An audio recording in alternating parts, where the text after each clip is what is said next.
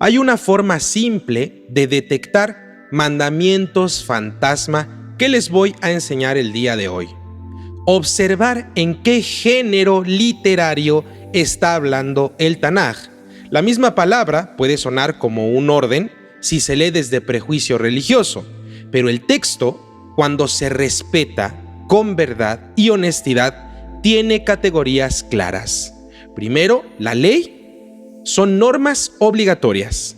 Segundo, la narración son relatos que cuentan lo que pasó en algún punto de la historia.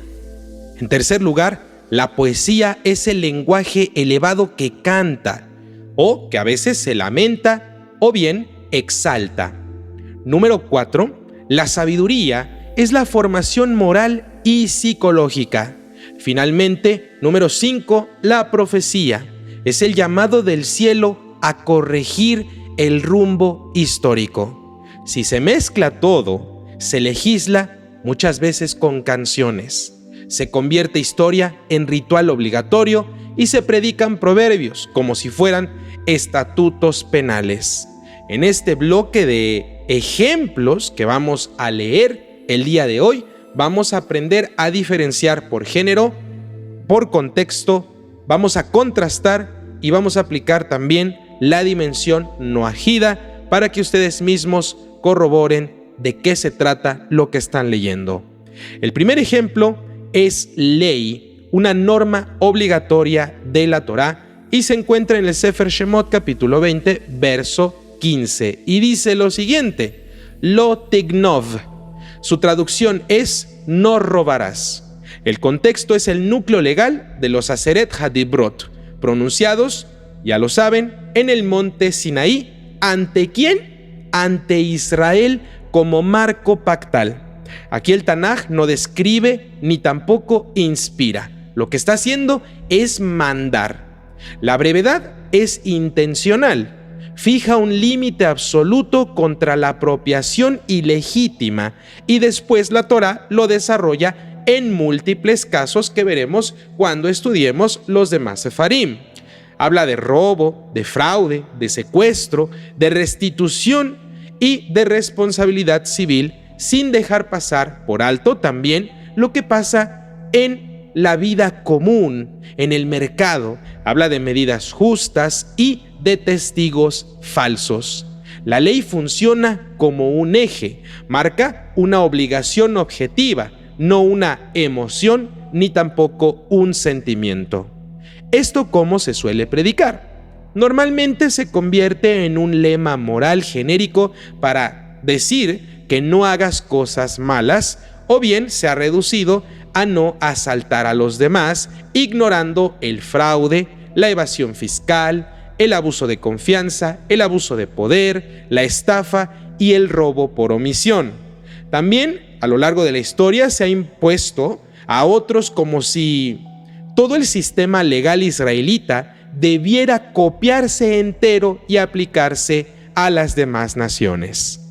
¿Qué manda exactamente el pasaje y a quién se lo está mandando?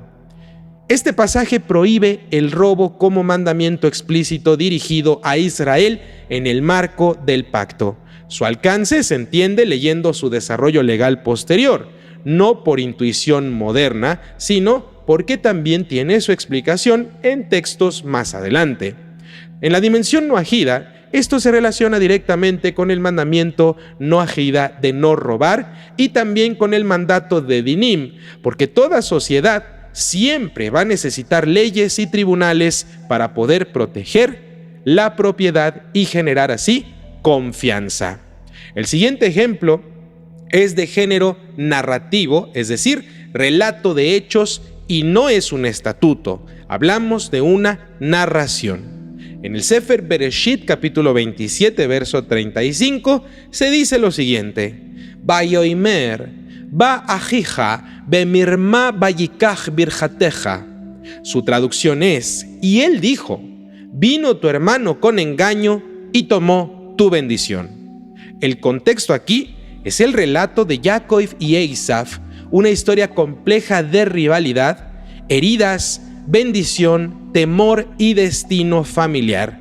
Aquí el Tanaj no y nunca estará legislando la mentira permitida, la mentira blanca, como dicen en algunas sociedades. Tampoco está dictando un manual de conducta.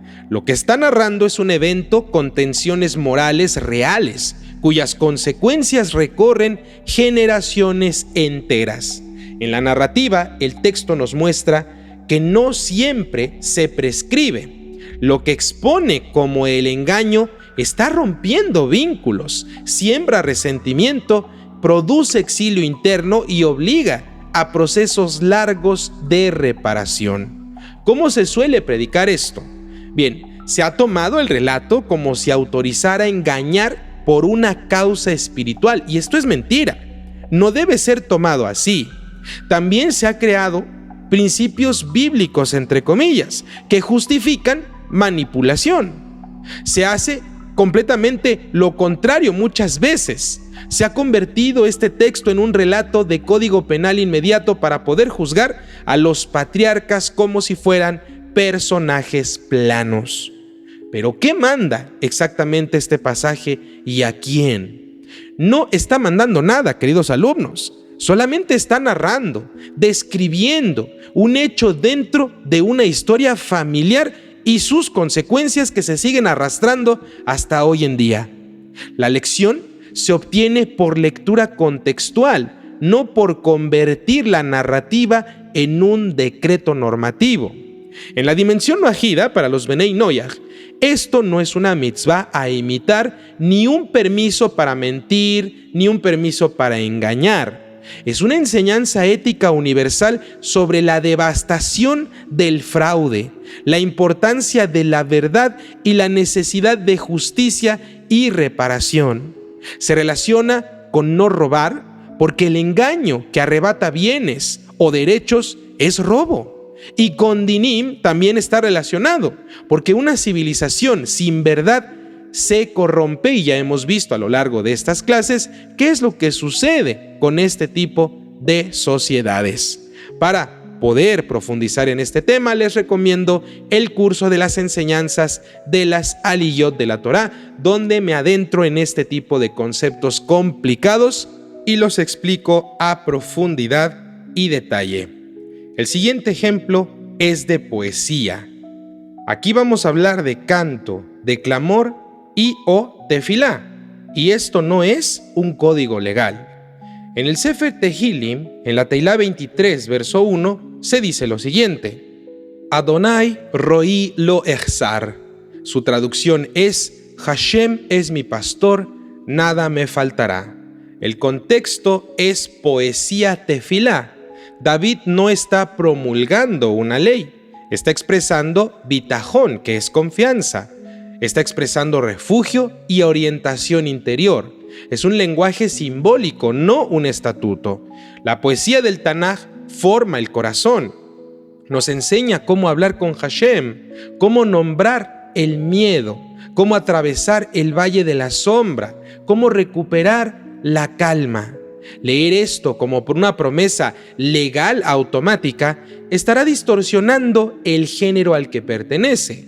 ¿Por qué? Porque el Salmo no garantiza prosperidad contractual o protección contractual.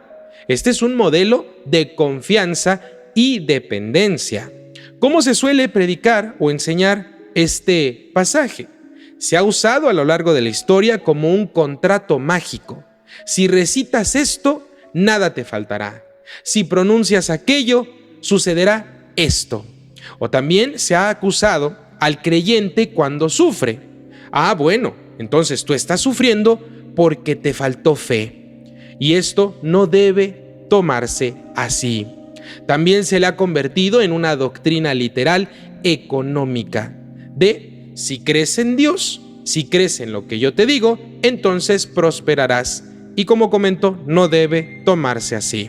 ¿Qué manda exactamente el pasaje y a quién? Aquí en este punto, queridos alumnos, no está mandando nada, simplemente está cantando y nos está enseñando un modo de confiar en Hashem, en primera persona, como una expresión poética nada más. En la dimensión noajida, esto se puede recibir como una enseñanza espiritual sin ninguna apropiación. Se les enseña a los noajidas a cultivar la confianza en el bendito Creador, cultivar la gratitud diaria, la calma y la humildad sin copiar ninguna liturgia judía obligatoria ni pretender usurpar un pacto ajeno. Está completamente relacionado con la dimensión universal de rechazar la idolatría, es decir, no absolutizar el miedo, el dinero o el poder.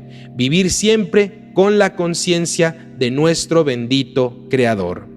El siguiente ejemplo que vamos a leer es sabiduría.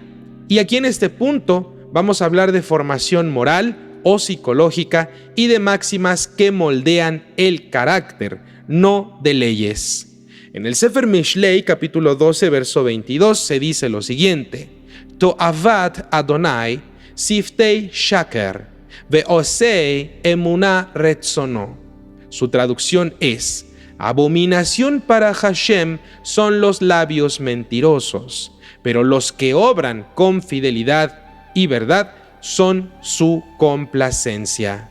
El contexto es literatura sapiencial, no es un código penal con penas y sanciones. Es una escuela de vida que entrena el carácter, el lenguaje y nuestra percepción. Proverbios nos enseña que la mentira no es solo un error moral, es una arquitectura de destrucción, y que la verdad no es solo un dato correcto, es fidelidad, confiabilidad y solidez interior. La sabiduría trabaja con patrones de vida y también con consecuencias, más que con sentencias judiciales. ¿Esto cómo se suele predicar? Se ha usado para moralizar a otros sin formar hábitos reales de veracidad, o se ha interpretado como amenaza mística instantánea. También se ha olvidado y se tolera una cultura del engaño religioso o las mentiras blancas o mentiras piadosas. ¿Qué manda exactamente este pasaje y a quién se lo está mandando? Este pasaje, queridos alumnos, no legisla con pena. De hecho, nada más forma criterio moral universal. La verdad agrada a Hashem, pero la mentira le repugna. En la dimensión noajida, esto puede aplicar plenamente sin ninguna apropiación para los Benei Noyaj. ¿Por qué? Porque la humanidad, los no judíos, también necesitan verdad para ejercer justicia, comercio, familia y sociedades sanas. Se relaciona con dinim porque no hay justicia sin verdad, y también con no robar. ¿Por qué? Porque la mentira suele ser una herramienta de fraude. El siguiente ejemplo es la profecía. Es un llamado a rectificar y una advertencia histórica, no una ley.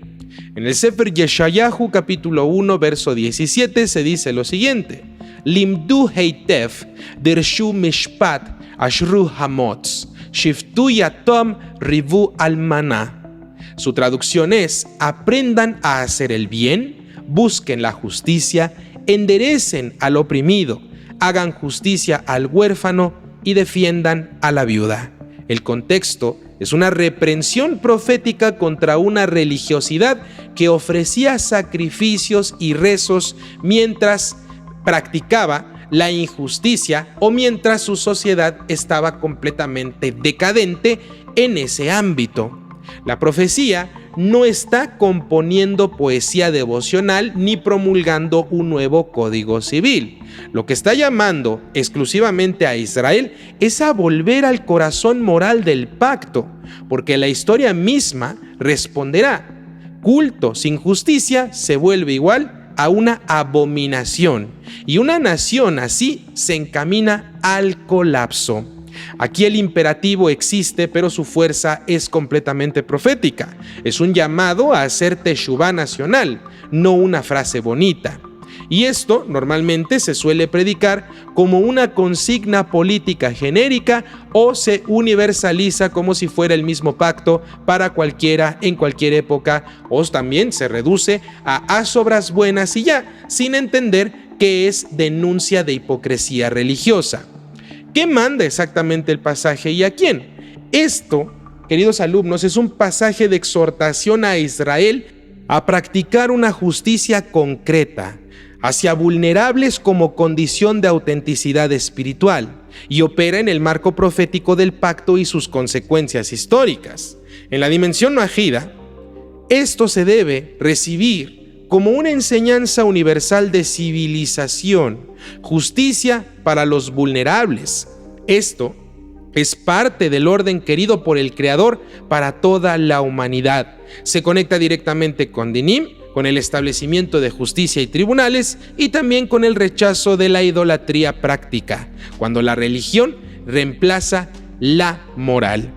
Cuando se aprende esta diferencia de géneros, el Tanaj se vuelve completamente cristalino.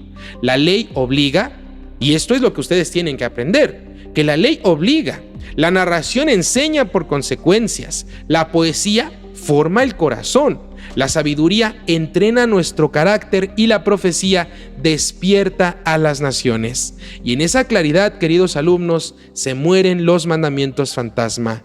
Ya no se legisla con salmos, ni se obligan rituales a partir de historias y narrativas, ni se va a convertir proverbios en tribunales. Entonces aparece una espiritualidad real, esa espiritualidad que emana del texto, del contexto, de la honestidad y de la verdad, una dimensión noahida igualmente real que es universal, profunda, sin apropiación y sin confusión.